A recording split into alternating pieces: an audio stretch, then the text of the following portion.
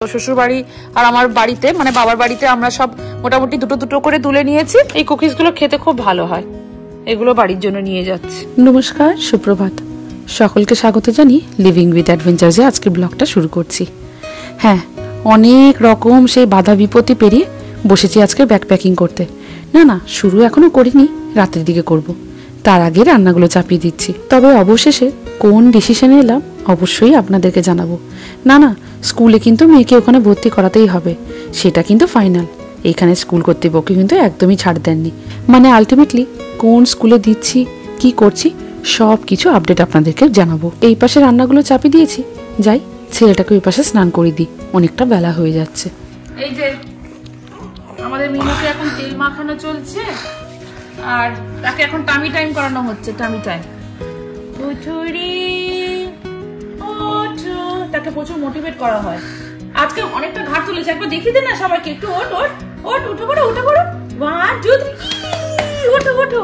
আজকে উঠে অনেকক্ষণ ধরে এরকম করে পুরো সাপের ফোড়ার মতো এরকম করে দাঁড়িয়ে আছে।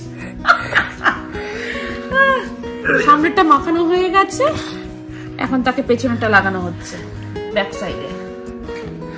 এই জনসন এই তেলটা ইউজ করি, এই তেলটা ওর স্যুট করেছে। আগে একটা হচ্ছে যে ডাবের তেল নিয়ে এসেছিলাম, স্যুট করেনি, প্রচুর গা খসখসে হয়ে গেছিল।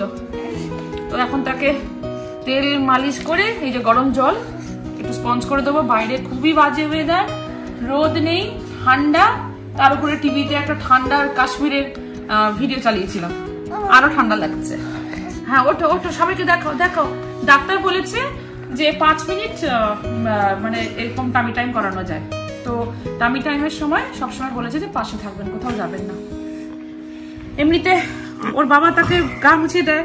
আজকে তার বাবা হচ্ছে রান্না করছে। আজকে আমাদের রান্না হবে কি গো, ঝিঙে আলু পোস্ত। পুঁই শাকটাও পড়ে আছে, নষ্ট হয়ে যাবে। পুঁই শাক আলুর তরকারি। চলো, মাঝে মাঝে তাকে এমন মালিশ করানো হয় তার ভালো ঘুম হয়, ওই জন্য তাকে খুব সময় ধরে তাকে তেল মালিশ করা হয়। হ্যাঁ, সবাইকে বলো তো কেমন আছো সবাই তোমরা, বলো সবাইকে বলো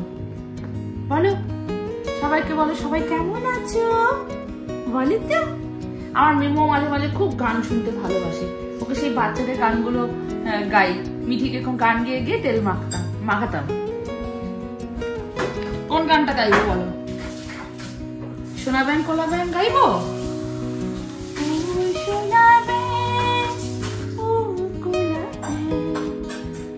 হাসছে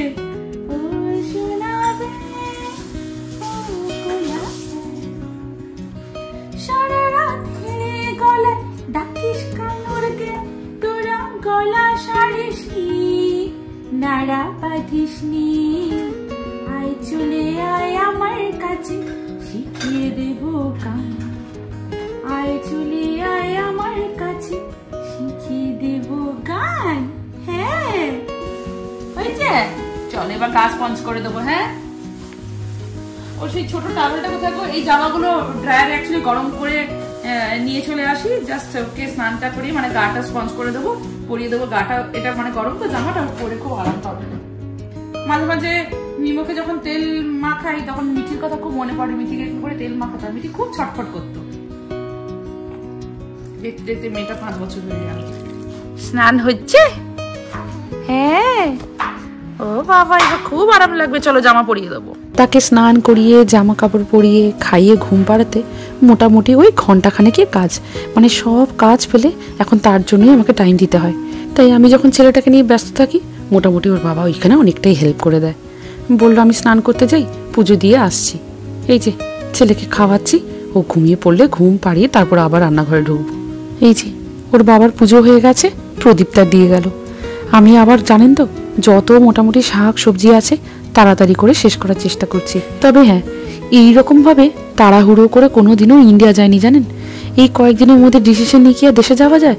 তবে হ্যাঁ, ওই যেতে তো হবেই। কি ব্যাগ প্যাক করবো, কি ব্যাগ নেব তা কিছু জানি না।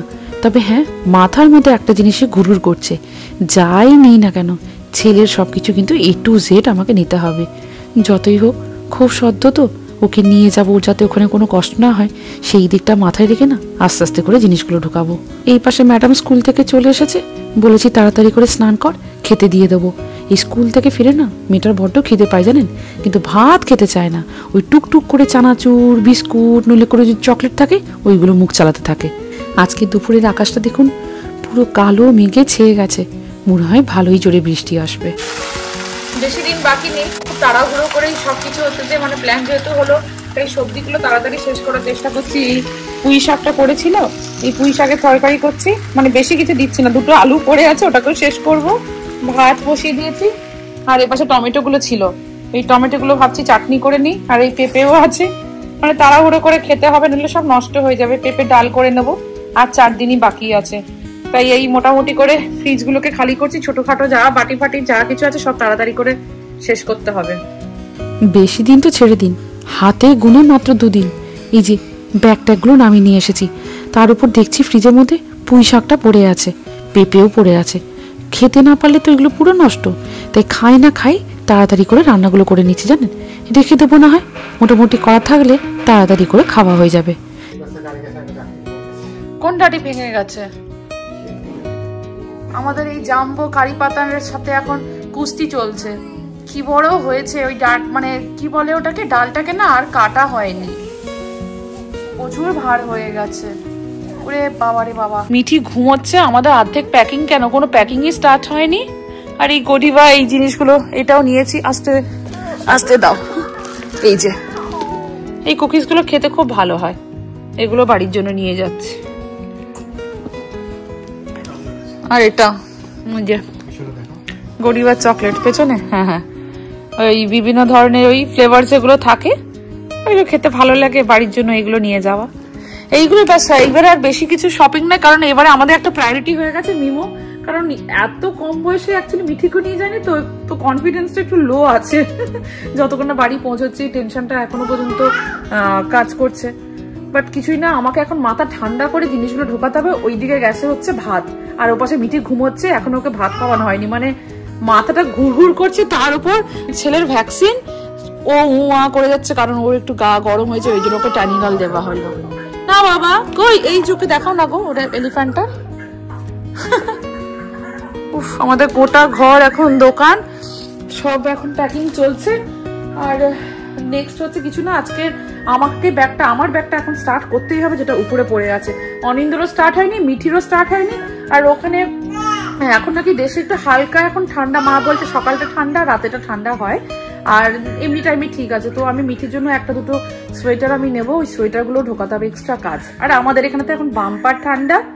শুক্রবার বেরোচ্ছি, একদিন পর থেকে দেখছি রাত্রেবেলা -6-এ টেম্পারেচার নেমে যাচ্ছে, প্রচুর ঠান্ডা। জিনিসগুলো গুছিয়ে নিই। এই যে এইটা যেমন খুব সফট, তো ভাবলাম ওর গাটা হালকা হালকা গরম হচ্ছে ওই ভ্যাকসিনের জন্য, তো ওকে আমি বললাম যে তুমি এই সোয়াডেলটা করে দাও। তো এটা না রেডিমেড সোয়াডেল, বিভিন্ন টাইপের করা যায়। এই যে দেখুন, হাত বাইরে বের করে হাত ঢুকিয়ে, সো ওকে তুমি হাত বাইরে রাখবে, এখন দেখো হাত বাইরে রাখবে, ও আরাম পাবে। খুব খুব মোটা এটা থিকনেস, আমি এটা অ্যামাজন থেকে কিনেছি। তো এরকম ভাবেও আপনারা কিনতে পারেন। এই যে এই জিপটা লাগিয়ে দিল, ব্যাস। এটা কি হয়, ওর পাটা একদম পুরো গরমের মধ্যে থাকবে, ওর পা কিন্তু বেরিয়ে থাকবে না। এইবার হাতটা নিয়েও করে দেওয়া যায়, হাতটাকে বাইরেও বের করা যায়, বুঝেছো? হ্যাঁ না, ওইরকম ব্যাপারটা না? আচ্ছা করে দাও এরকম। উনি বাবালে, উনি বাবা, ওই দেখো ওর মুখ টুক ঢাকা না হয়ে যায়। পাগ্গু, অ্যাকচুয়ালি এটা আমি কিনেছি 3-2। ভালো লাগছে, আরাম লাগছে। এইটা একটু ও ঢুকে গেছে, ওর হাত বের করো, ওর হাত বের করো। কেন বলছি, এটা একটু বড় কিনেছি তো। আচ্ছা, আমি হাতটা এখানে করে দিই। হ্যাঁ হ্যাঁ হ্যাঁ, দ্যাট ইজ বেটার। যেহেতু আমি একটু বড় কিনেছি তো ওটাই, ও ঢুকে যাচ্ছে। সত্যি বলছি, ছেলেটা খুশি থাকলে না আমাদেরও মনটা ভালো থাকে। বড্ড ছোট যে, কি কষ্ট হচ্ছে, কি যে অসুবিধা হচ্ছে বুঝতেই তো পারি না। আজকের ব্লগটা তাহলে এখানেই শেষ করি। সবাই ভালো থাকবেন, সুস্থ থাকবেন। আজকের ব্লগটা যদি আপনাদের ভালো লেগে থাকে, চ্যানেলটিকে একটা সাবস্ক্রাইব করে দেওয়ার অনুরোধ রইল। লাইক করবেন, কমেন্ট বক্সে কমেন্ট করে জানাবেন আপনাদের কেমন লাগলো। ও হ্যাঁ, পরের ব্লগে নিয়ে আসছি ছোট বেবির জন্য আমি কি কি নিয়ে যাচ্ছি, মানে সদ্য একটা নিউবর্ন বেবিকে এতদূর নিয়ে যাওয়ার জন্য কি কি নিয়ে যাওয়া উচিত, সব কিছু নিয়ে আপনাদের সাথে শেয়ার করব। তবে আজকে ব্লগটা শেষ করার আগে আপনাদের সকলকে কিন্তু অসংখ্য অসংখ্য ধন্যবাদ জানাই। আপনারা এত ভালো ভালো কমেন্ট করে এত ভালো ভালো অ্যাডভাইস দিয়েছেন সব স্কুলের জন্য। আজ কেন, ভবিষ্যতেও যদি কখনো প্রবলেম আমি ফেস করি, আপনাদের পাঠানো স্কুলের নামগুলো আমার কাজে লাগবে। শুধু আমার কেন, ভবিষ্যতে যদি কোনো বাবা মাকে তার সন্তানের জন্য এরকম প্রবলেম ফেস করতে হয়, আপনাদের কমেন্টগুলো কিন্তু তাদের কাজেও অনেক লাগবে। তাই ধন্যবাদ কথাটা তো খুবই সামান্য, আপনাদের সহযোগিতা সারা জীবন মনে থাকবে। এইভাবে পাশে থাকবেন, আমাদের ভালোবেসে যাবেন। সবাই ভালো থাকবেন, সুস্থ থাকবেন।